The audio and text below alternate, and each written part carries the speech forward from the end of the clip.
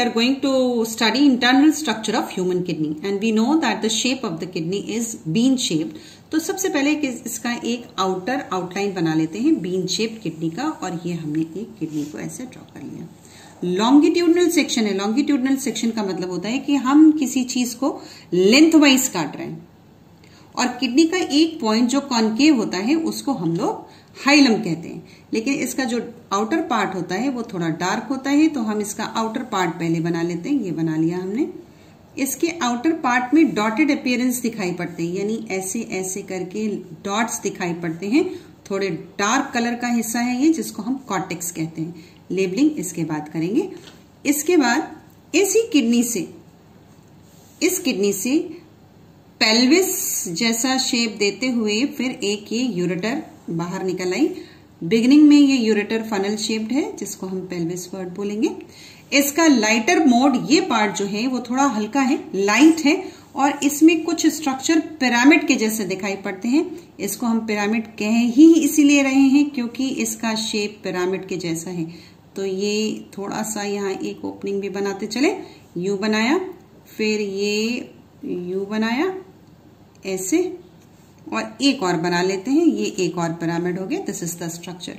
ये जो ओपनिंग दिखाई दे रही है इस पिरामिड की, ये सारे पिरामिड्स जो हैं एक कलेक्टिंग डक्ट से खुलते हुए, मतलब कुछ कलेक्ट करने वाला पार्ट ऐसे होता हुआ यूं और ऐसे यूं, फिर इस तरीके से कलेक्ट होता हुआ अल्टीमेटली इस पेल्विस में खुल जाता है. ये खुल गया, ओपनिंग इनटू द पेल्विस. इसका मतलब ये हुआ कि इस ओपनिंग से होता हुआ यूरिन पेल्विस में आता है. यहां से ये पेल्विस में जा रहा है, यहां से पेल्विस में जा रहा है, और यहां से ये पेल्विस में जा रहा है. जो पिरामिड्स हैं उनको ध्यान से देखते हैं तो इसमें हमें ऐसे लाइन जैसी स्ट्रक्चर्स दिखाई पड़ती हैं.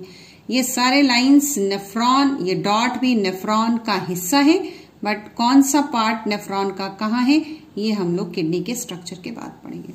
तो ये हो गया हमारा किडनी का लॉन्गिट्यूडनल सेक्शन.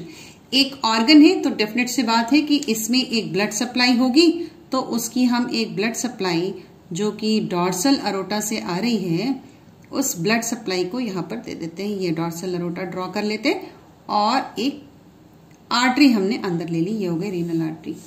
एक अगर एंट्री ले रही है तो दूसरी एग्जिट भी लेगी, जो कि हमारी इंफीरियर वेना केवा में जाकर खुलेगी. तो ये हमने इसकी एग्जिट दिखा दी. एरो इधर लगा लेते हैं. आइए लेबल करते हैं. सबसे पहले इस किडनी का डार्क हिस्सा जो बाहर की तरफ है वो हो गया कॉर्टेक्स. उसके बाद लाइट पार्ट जो कॉर्टेक्स के अंदर है वो हो गया मेडुला,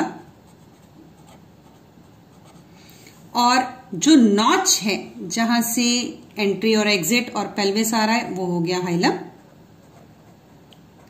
इसका ये ब्रॉड एंड डॉटेड लाइन बना लेते हैं. ये देखिए, ये ब्रॉड एंड यूरेटर का ये हिस्सा हमने लेबल किया पेल्विस. जो डक्ट निकल के बाहर आ रही है उस डक्ट के लिए हमने वर्ड यूज किया यूरेटर. ये जो पिरामिड के जैसा हिस्सा दिख रहा है ये हो गया हमारा रीनल पिरामिड, PYRAMID. और ये जो आर्टरी अंदर जा रही है उसके लिए हमने वर्ड यूज किया रीनल आर्टरी. जो एग्जिट ले रही है यानी ये पार्ट जो ऊपर जा रहा है ये हो जाएगा रीनल वेन.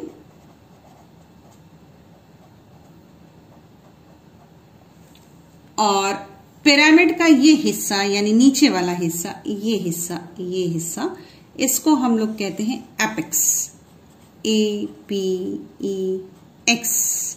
अब इस किडनी में ये डॉटेड पोर्शन क्या है और ये ट्यूब्यूलर पार्ट क्या है, इसको जानने के लिए हमें नेफ्रॉन का स्ट्रक्चर पढ़ना होगा.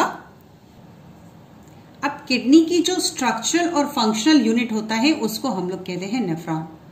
जो डॉटेड लाइन या जो लाइंस दिख रही थी या जो डॉट्स दिख रहे थे वो क्या थे वो हम यहां जानेंगे. सबसे पहले हम एक नेफ्रॉन का स्ट्रक्चर बनाते हैं. नेफ्रॉन के पास एक होता है बोमेन्स कैप्सूल. तो ये हमने बोमेन्स कैप्सूल कप के जैसा स्ट्रक्चर होता है ड्रॉ कर लिया. ये रीनल ट्यूब्यूल के नाम से भी जाना जाता है. यही कप के जैसा स्ट्रक्चर आगे जाके थोड़ा कॉन्व्यूलेटेड हो जाता है, ये बना लिया. जहां से भी डायग्राम की बिगनिंग होती है उस हिस्से को हम लोग हमेशा प्रॉक्सिमल एंड के नाम से जानते हैं। और ये वाला आर्म अब नीचे जा रहा है, थोड़ा नीचे जाने के बाद ये नैरो हो जाता है, तो इसको नैरो कर लेते हैं।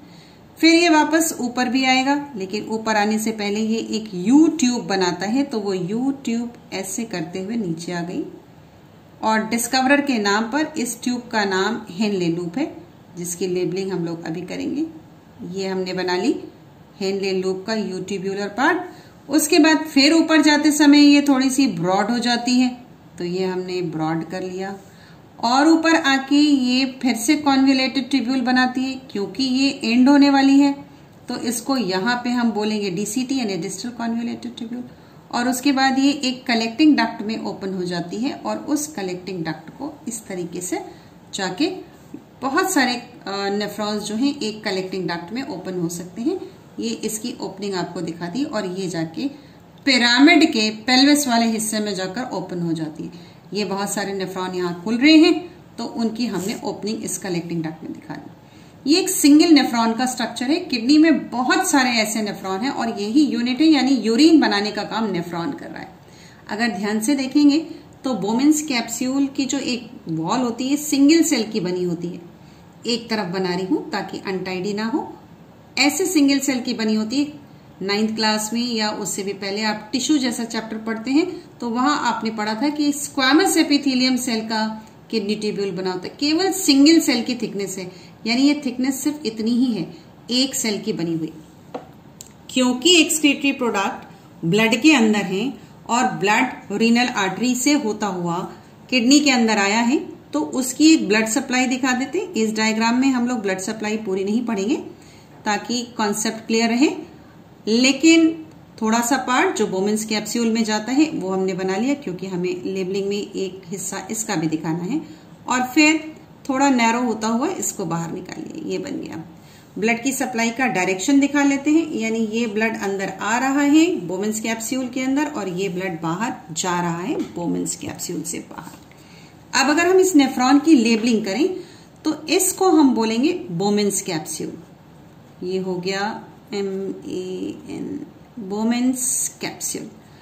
कैप्सूल के जैसा है इसलिए बोमेन्स कैप्सूल। उसके बाद ये हिस्सा जहां पे ब्लड की कैपिलरीज बन रही हैं, उसके लिए वर्ड यूज करेंगे ग्लोमेरुलस, MERULUS,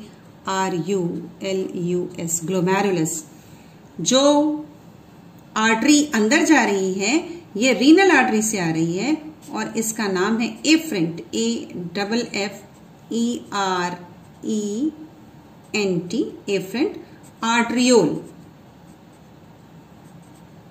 ये हो गई हमारी एफरेंट आर्टरियोल। और जिसने बोमेन्स कैप्सूल को छोड़ा है, यानी जो बाहर आ रही है, वो हो जाएगी हमारी इफरेंट आर्टरियोल। ये वाला पार्ट, इसको हम बोलेंगे प्रॉक्सिमल कॉन्वोल्यूटेड ट्यूब्यूल। प्रॉक्सिमल का मतलब हमेशा बिगनिंग, प्रॉक्सिमल कॉन्वोल्यूटेड ट्यूब्यूल। और इस पार्ट को हम बोलेंगे distal convoluted tubule, distal convoluted tubule. ये यू पार्ट, इसको हम बोलते हैं हेनले लूप, हेनले लूप। ये कलेक्टिंग डक्ट, कलेक्टिंग डक्ट जो यूरिन को इकट्ठा कर रहा है। जो आर्म नीचे की तरफ जा रही है वो हो जाएगी डिसेंडिंग,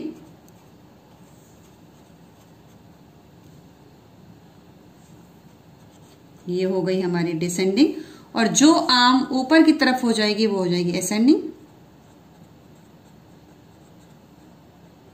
अब क्वेश्चन ये उठता है कि ये हिस्सा यानी ये नेफ्रॉन किडनी में किस तरीके से लगा हुआ है। अब जो किडनी हमने लॉन्गिट्यूडनली ड्रॉ करी थी, ऐसे ड्रॉ करी थी, यू ड्रॉ करी थी, उसको हम लोग ऐसे ड्रॉ करने जा रहे हैं, यू।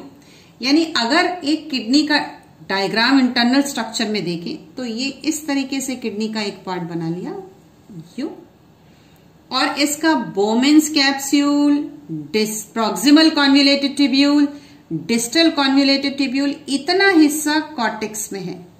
तो इन सब की वजह से कॉर्टेक्स जो है वो डॉटेड अपीयरेंस दिखाता है। ये डॉटेड, ये सब इतना डेंस है कि उसको किडनी के कॉर्टेक्स पार्ट में डॉट के जैसा दिखाई पड़ता है।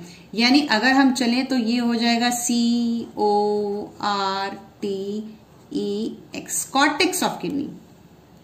और ये वाला हिस्सा जो है वो मेडुला का हो गया, तो यहां लिख लेते हैं हम लोग मेडुला, MEDULLA,